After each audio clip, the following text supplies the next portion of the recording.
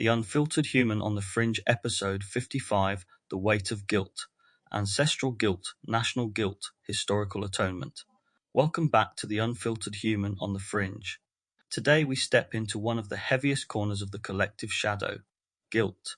Not just the guilt we carry as individuals, but the guilt societies inherit, perform, and sometimes impose on entire generations.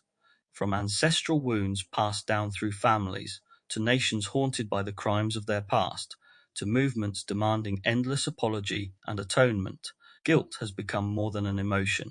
It has become a currency, a weapon, and in some cases, an identity. But what does it mean to live under the weight of guilt? Who decides when a debt is truly paid? And what happens when guilt becomes not a path to healing, but a tool for control?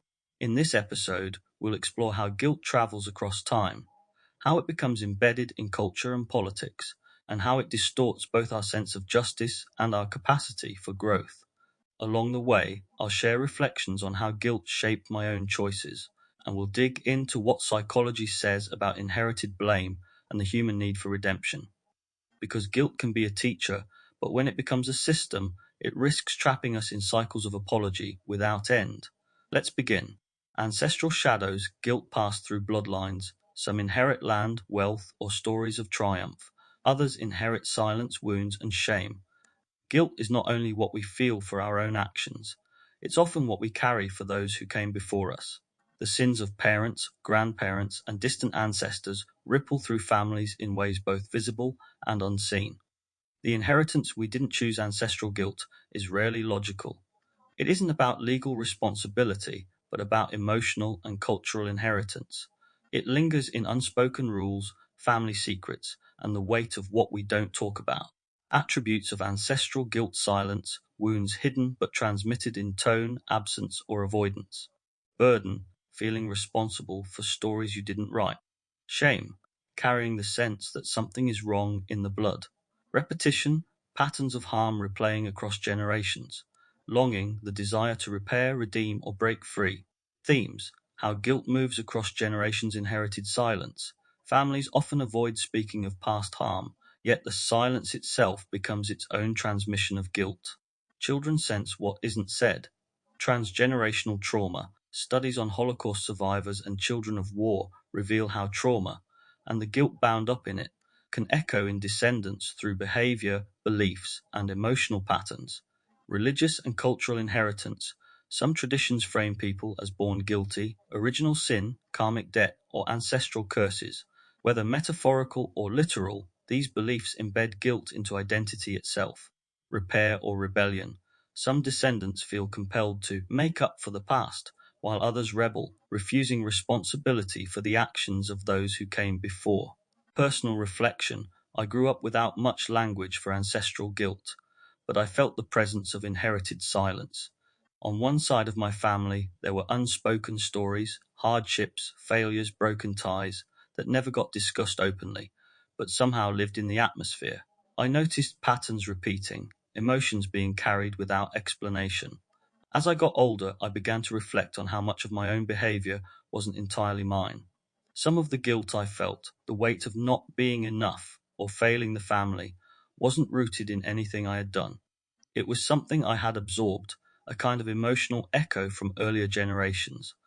What struck me was how guilt could live invisibly in a family line, shaping choices without anyone ever naming it. I realized later that to carry guilt that isn't yours is to be trapped in a cycle you didn't start unless you consciously choose to step out. Psychological insight. Transgenerational transmission of guilt. Psychologists like Ivan Bozomenyi-Nagy, through his contextual therapy, argued that families pass down invisible loyalties, unspoken obligations and debts across generations. These can manifest as guilt, where descendants feel responsible for repairing wrongs they never committed. Research into epigenetics suggests trauma can leave biological traces, altering gene expression that may influence stress responses in later generations. Yehuda et al. 2016. While science is still developing, it reinforces what families have long intuited. The past lives in us, even when unspoken.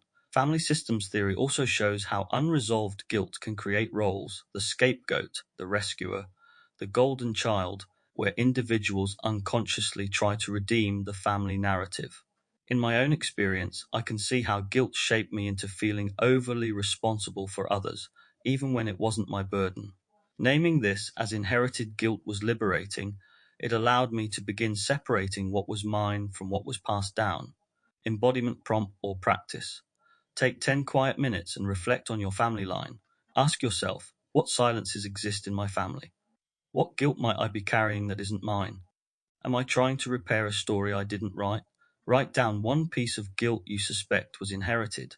Then gently ask yourself, do I want to keep carrying this, or is it time to lay it down? Integration moment. Ancestral guilt teaches us that emotions don't belong to individuals alone. They ripple across bloodlines, shaping us in ways we don't always choose. But to inherit guilt doesn't mean to be bound by it forever. Naming it, honoring it, and consciously deciding whether to carry it, that is where freedom begins. Seed to plant this week. When guilt arises, pause and ask, is this mine or inherited? Sometimes the weight you feel belongs to a story older than you. Recognizing this is the first step toward release. National guilt. The weight of history. If ancestral guilt weighs on families, national guilt weighs on whole peoples. Nations carry stories about themselves, stories of triumph, sacrifice, and progress, but also stories of conquest, slavery, genocide, and collaboration with oppression. These shadows rarely vanish. They resurface in public debates, in education, and in the quiet shame or defensiveness individuals feel when history is mentioned. Nations and their shadows' national guilt is complex. For some, it becomes denial. That was the past, nothing to do with us. For others, it becomes obsession, endless cycles of apology, atonement, and memorialization. The truth, as always, is harder. History doesn't simply stay behind us. It ripples forward, shaping how people see themselves and how societies relate to each other. Attributes of national guilt: inherited stigma, descendants judged for the actions of their forebears; collective denial, nations downplaying or rewriting history; symbolic atonement, apologies, memorials, reparations, gestures of reconciliation; cultural wounds, shame carried in silence, shaping identity and belonging; projected blame, individuals targeted for histories they never lived. Themes: how nations carry guilt. Colonialism and empire. Former imperial powers often struggle to acknowledge the violence of their conquests. Britain, France, Spain, Portugal. Their museums are filled with artifacts taken during colonization, yet the full story is often sanitized. World wars, countries that allied with fascist regimes, or whose populations collaborated with occupation, often carry legacies of guilt that continue to shape identity. Post-war Germany, for example, embedded guilt into education, while other nations buried or deflected. Slavery and segregation. In the US, the legacy of slavery and Jim Crow continues to reverberate. Guilt is fought over in debates about reparations, statues, and school curriculums. Historical atonement. Some nations attempt reconciliation. South Africa's Truth and Reconciliation Commission, or Australia's apologies to Indigenous peoples.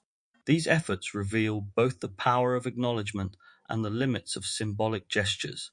Silences and shames. National guilt is often felt in the absences, the missing parts of history books, the things not spoken about in families, the casual jokes that carry old prejudices forward. Personal reflection. National guilt didn't just exist at a distance for me. It became personal through my Italian heritage. My nonno, my grandfather, was a proud man. He taught me the Italian language, told me about his childhood in Italy, and shared the hardships of post-war life. He migrated to England with my mum and the rest of the family when she was still a child, searching for work like so many others. Through him, I came to appreciate Italy's resilience, culture, and warmth. But that pride came with its shadow. At school, other kids would sometimes mock Italy's role in the Second World War. I was called names, had slurs thrown at me, as if I were somehow responsible for choices made decades before I was even born. It was confusing and wounding. How could I be blamed for something I had no part in? And yet the shame landed all the same.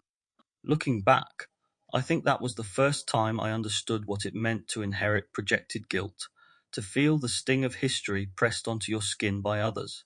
I carried confusion, even resentment, at being made to answer for a past I had never lived. And yet I also carried empathy. My nonno had lived through real hardship. He hadn't denied history, he had survived it. And it made me realize that guilt doesn't just come from textbooks or ceremonies. It shows up in the playground, in conversations, in the silent ways people look at you. Over time, I learned to see those moments not just as cruelty from children, but as a glimpse into how national guilt works. It sticks, it passes down, it shapes the descendants of both perpetrators and victims, and even if we don't want it, it has a way of finding us. Psychological insight. Collective memory and inherited shame. Social psychologists describe this as collective memory, the shared narratives a society tells itself about its past. These memories aren't neutral, they are selective, shaped by politics, ideology, and the desire to protect group identity. Studies on intergenerational trauma show how guilt and shame can be transmitted unconsciously. Descendants of Holocaust survivors, for example, often carry both pride in resilience and shame at victimization. Conversely, descendants of those aligned with oppressive regimes may carry silence, denial, or even inherited guilt.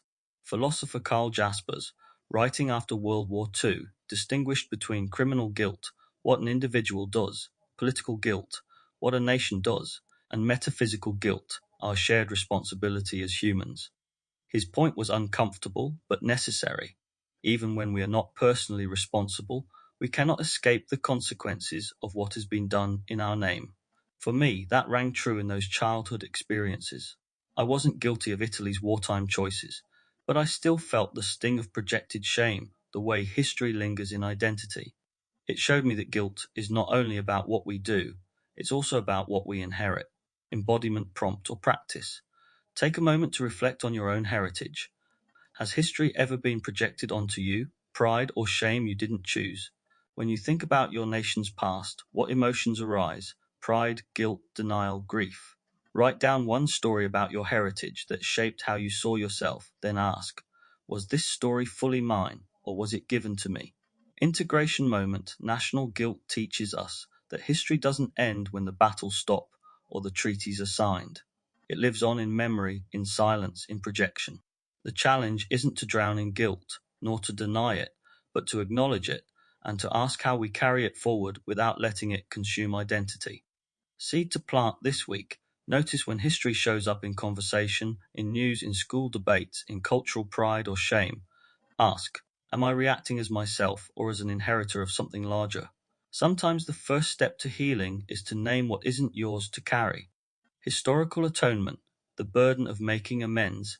If ancestral guilt is intimate and national guilt is collective, then historical guilt is political.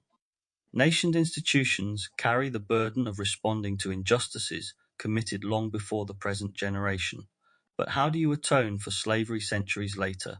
How do you reconcile genocide, conquest, or systemic oppression when those who committed the crimes are long dead, when the past demands an answer?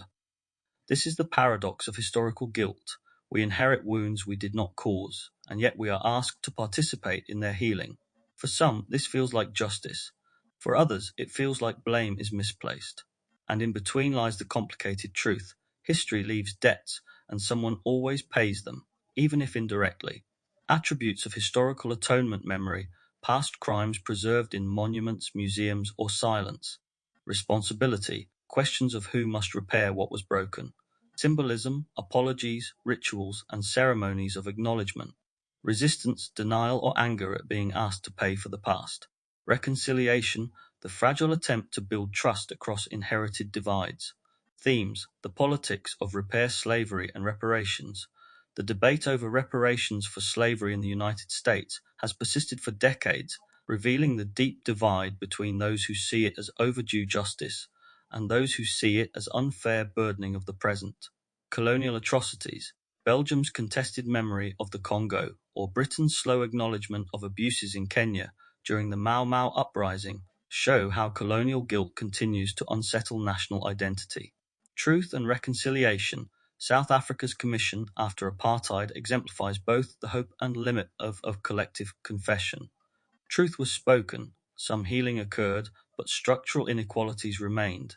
Public symbols, the tearing down of statues, renaming of institutions, and rewriting of curricula are all ways societies wrestle with whether the symbols of history should remain or be reformed. Personal reflection. As someone with both British and Italian heritage, I've often felt this tension. Britain's history, in particular, is entangled with empire, colonization, and extraction. Yet growing up, very little of that was taught openly in school. What I absorbed instead were fragments, stories of victory, of wartime bravery, of progress. The silences were as loud as the words. Later, as I reflected more deeply, I began to see how historical guilt was quietly alive around me. Debates about statues, about national identity, about immigration, they all carried echoes of a history we hadn't really faced. I recognized, too, the temptation to turn away from it. It's easier to feel pride than to feel shame. But I also saw how avoidance only deepens division. When guilt is denied, it becomes anger. When wounds are ignored, they are reopened by each new generation. That left me asking myself, what does it mean for me, personally, to acknowledge history without drowning in it? What does it mean to accept that I benefit from structures built by past injustices without collapsing into blame? Those are questions I still wrestle with. Psychological insight, the burden of collective repair. Social psychologists note that guilt is adaptive when it motivates repair. At the individual level, guilt can push us to apologize, to change, to mend relationships. At the collective level, however, guilt becomes harder to navigate. Who apologizes? Who pays? Who accepts?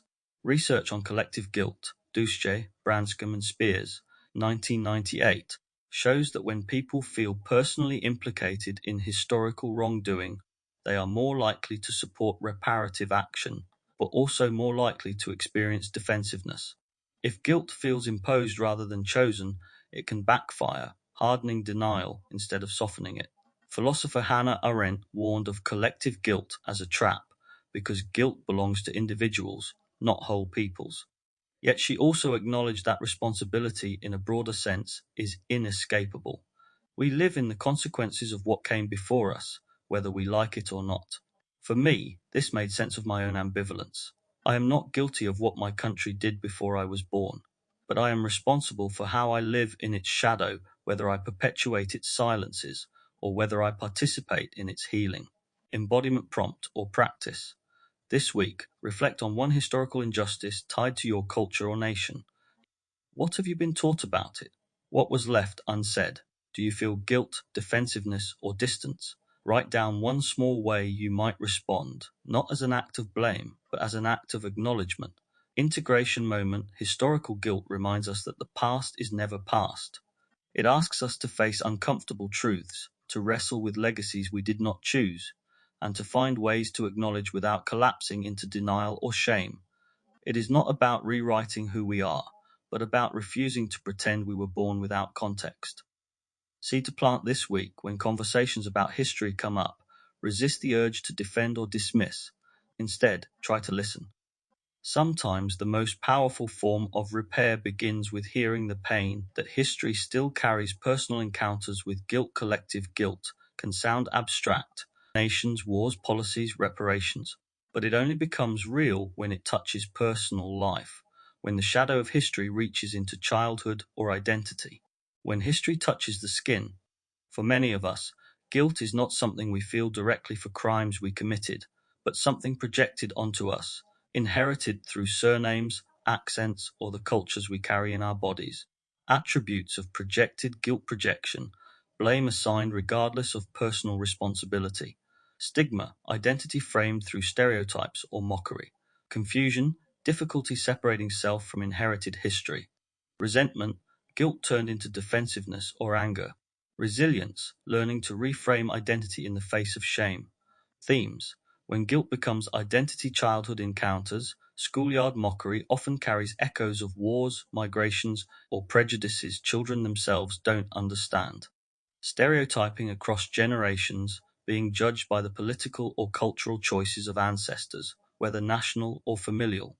Shame and pride intertwined, cultural identity often carries both, the beauty of heritage alongside the stigma of history.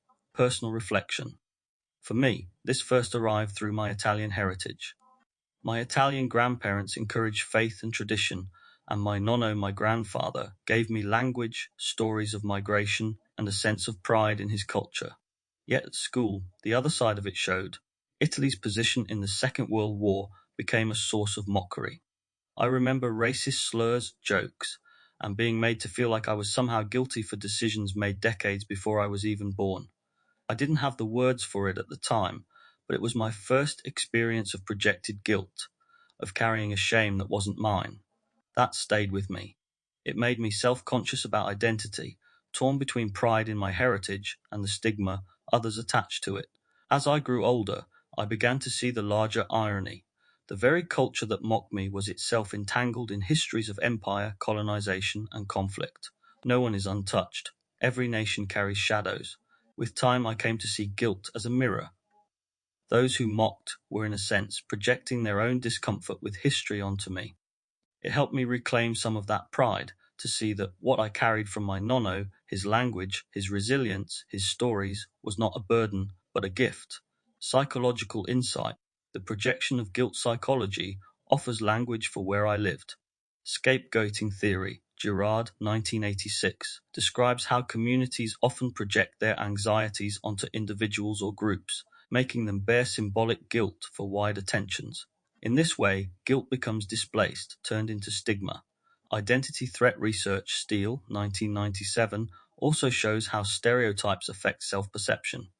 When people are reminded of negative group associations, they often underperform or internalize shame, even if the associations are irrelevant to their actual abilities. This resonated with me. The mockery I received wasn't really about me, it was about the shadow of history. But as a child, I couldn't separate the two. That confusion is what makes projected guilt so corrosive. It merges identity with shame before we even know what either really means. Embodiment prompt or practice. Reflect on a time when you felt judged or mocked for something beyond your control, heritage, accent, religion, background. Did you internalize the shame or resist it? Looking back, can you see the projection at work? Write down one way you might reframe that memory now, not as guilt, but as resilience. Integration moment. Personal encounters with projected guilt reveal how history bleeds into identity. We are made to carry burdens we never chose. But by recognizing projection, we begin to separate what is ours from what is not. Pride and shame can be disentangled and identity reclaimed. Seed to plant this week when you notice guilt or shame rising that doesn't belong to you. Pause. Ask, whose story is this? Is it really mine to carry or someone else's projection? Guilt in families and lineage guilt doesn't only move through nations or cultures. It moves through families. Sometimes it is spoken through rules, punishments, or expectations. Other times it is silent, carried in the body, passed in tone or atmosphere, inherited through what was never said. The inheritance we don't choose in family systems, guilt becomes not just a feeling but a legacy, an invisible contract between generations. Attributes of familial guilt obligation, feeling responsible for others' happiness or survival. Silence, unspoken wounds that are absorbed rather than discussed. Loyalty, guilt tied to belonging, fearing rejection if boundaries are set. Repetition, patterns of guilt reenacted across generations. Burden, carrying shame that originates long before our own story. Themes, family as a guilt system, inherited contracts. Family systems often bind children to roles: caretaker, peacekeeper, achiever, scapegoat. Each role carries guilt if abandoned. Parentification, when children take on adult responsibilities, they carry guilt whenever they fail to meet impossible expectations. Unresolved trauma, guilt often emerges where pain was never processed, passed like a silent heirloom. Cultural overlay, heritage adds another layer. Migration, war, poverty, each leaves traces of guilt about survival, loyalty, or assimilation. Personal reflection. When I think about guilt in families, I recognize how it shows up not just in culture, but in bloodlines. My Italian heritage carried its own mixture of pride and shadow, stories of migration, of work, of resilience, but also silence about hardship. My nonno shared language and stories, but behind them there were also struggles, sacrifices, and expectations. I often felt a quiet pressure, not from words directly spoken, but from atmosphere, a sense that I should do well, work hard, make something of myself, perhaps to honor the sacrifices of those who came before. It wasn't oppressive, but it was present, an invisible contract that linked my choices to the legacy of family survival. And I've seen how guilt threads itself into unspoken patterns.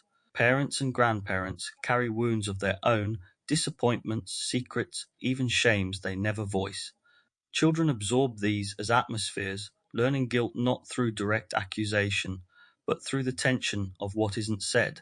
Looking back, I see how much of the guilt I carried wasn't personal at all. It belonged to the family system inherited through survival, migration, silence, and sacrifice. The challenge wasn't to erase it, but to recognize it, to see that not all burdens were mine to carry. Psychological insight, family systems, and transgenerational guilt family systems theory. Bowen, 1978, describes how individuals are never isolated, they are part of interlocking patterns across generations. Guilt often arises where boundaries blur, where children take on roles that belong to parents, or where silence leaves wounds unprocessed.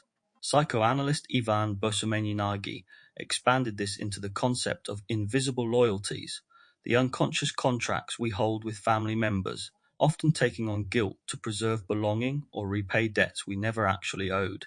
Research into transgenerational trauma, Kellerman, 2001, shows how unprocessed grief or guilt in one generation manifests in symptoms in the next.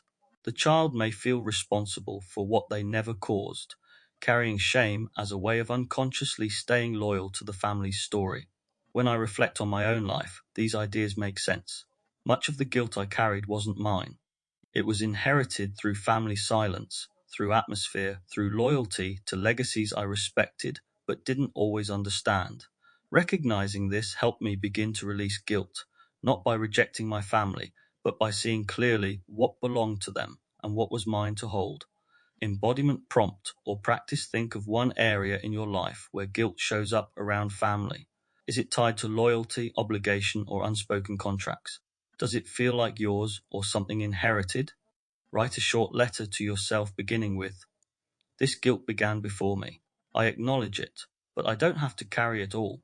Integration moment. Family guilt reveals how the past lives in the present. What looks like personal failure often traces back to inherited contracts and invisible loyalties. But once we see this, we can choose differently. To carry heritage without carrying all its guilt. To honor our families without letting their wounds define our lives. Seed to plant this week. When guilt rises in family interactions, pause. Ask, is this mine or an inheritance? Then choose, even gently, to carry only what belongs to you. Healing guilt. From burden to responsibility, guilt can be poison and it can be medicine. Carried unconsciously, it festers, weighing us down, paralyzing growth, keeping us trapped in old mistakes or inherited shame. But when faced directly, guilt can transform. The two faces of guilt. It becomes responsibility, not in the sense of endless punishment, but in the sense of freedom, the ability to choose differently, to act with integrity, to repair rather than repeat. The question is never whether guilt will appear. It's what we do with it once it arrives. Attributes of transformative guilt awareness, recognizing the difference between what is mine and what is inherited. Humility, admitting harm where it has been caused. Repair, choosing to take action, however small, to heal what can be healed. Release, letting go of guilt that was projected or misplaced. Growth, turning burden into wisdom for the future. Themes, from weight to movement. Inherited guilt. Families, nations, and religions often pass guilt down unconsciously. We can carry burdens that never belong to us. Personal accountability. Real healing begins when we own our part honestly, not to wallow, but to repair. The line between shame and responsibility. Shame says you are bad. Responsibility says you can do better. Release and renewal. Guilt that cannot be repaired must eventually be released, or it corrodes the soul. Personal reflection. For a long time, I treated guilt as a sentence, something to endure, something to hide. Whether it was guilt from family expectations, cultural slurs, or mistakes in my own relationships, I carried it like it was proof of failure. Part of this story goes back to my family. When my Italian grandparents migrated to England, they arrived with very little and had to learn a new language just to survive.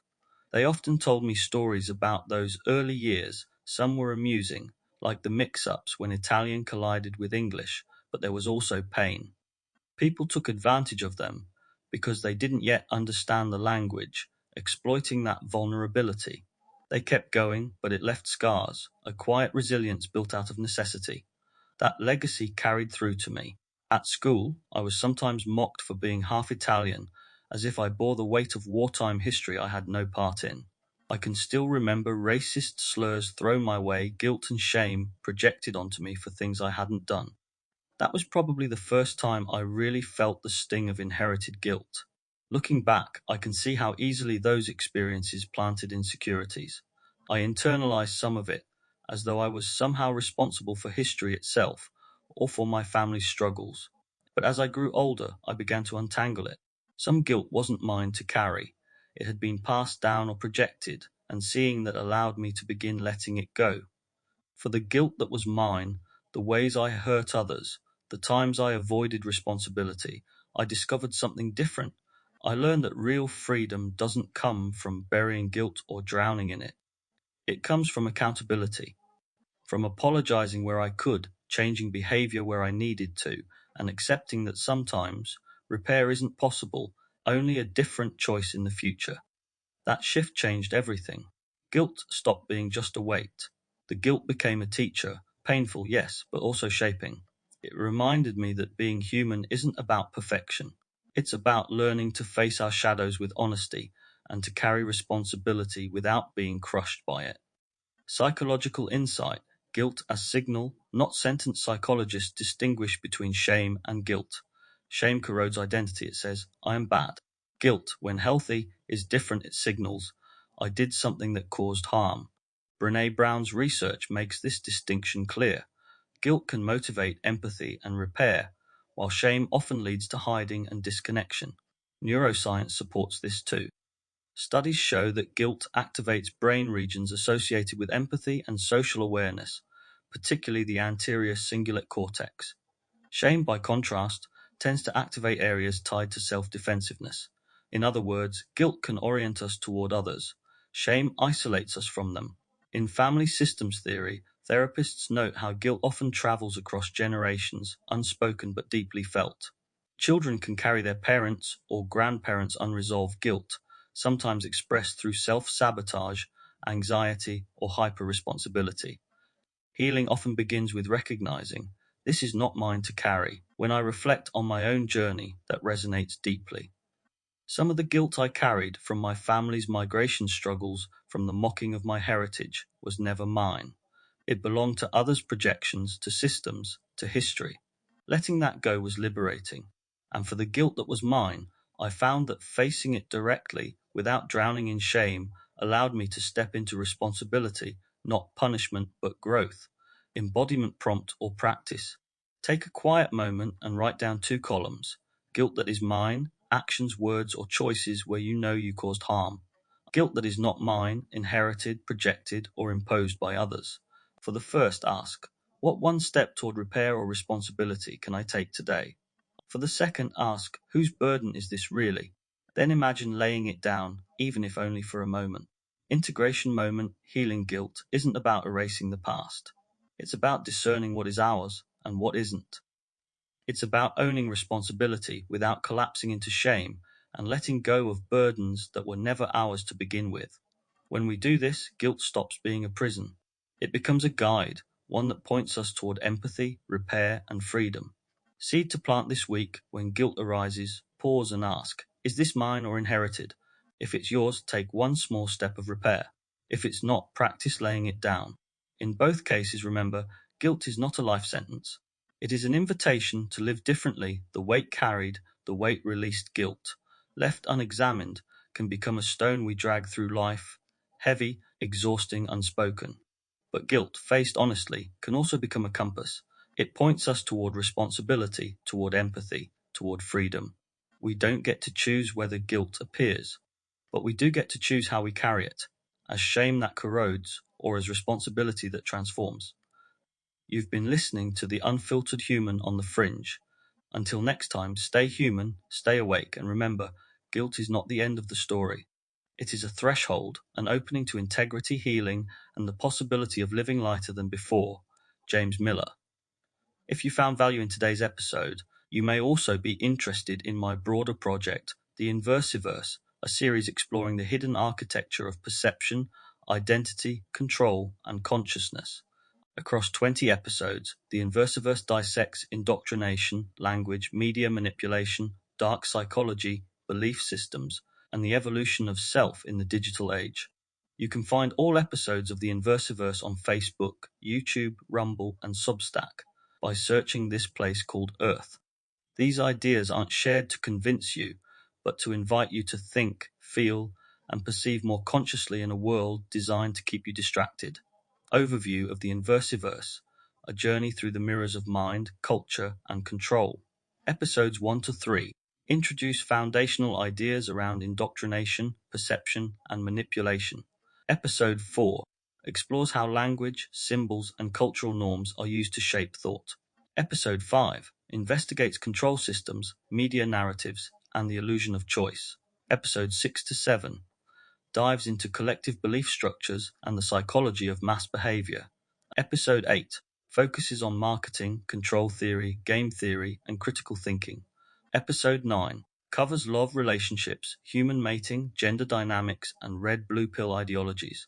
Episode 10 unpacks dark psychology, the occult, Satanism, and the dark triad personality types. Episode 11 The Simulated Self examines identity, ego, and the rise of post-human consciousness. Episode 12 The Spell of the Mind inquires into language, illusion, and physiology of thought. Episode 13 Conscious Seduction journeys through persuasion, propaganda, and the unseen forces of the mind. Episode 14 The Myth of Sanity sheds light on madness, genius, and the edge of perception. Episode 15 The Algorithmic Mind probes influence, identity, and invisible architects. Episode 16 The Noise of Knowing reveals overload, obsession, and the age of infinite information. Episode 17 Belief Machines delves further into language, desire, and the engine of reality. Episode 18 Submerged Signals examines how the unseen shapes the self. Episode 19 The Alchemy Within Traces, Food, Frequency, and the Forgotten Intelligence of the Body. Episode 20 Encoded Flesh scrutinizes and opens up to the forgotten language of the body, DNA, and biological consciousness.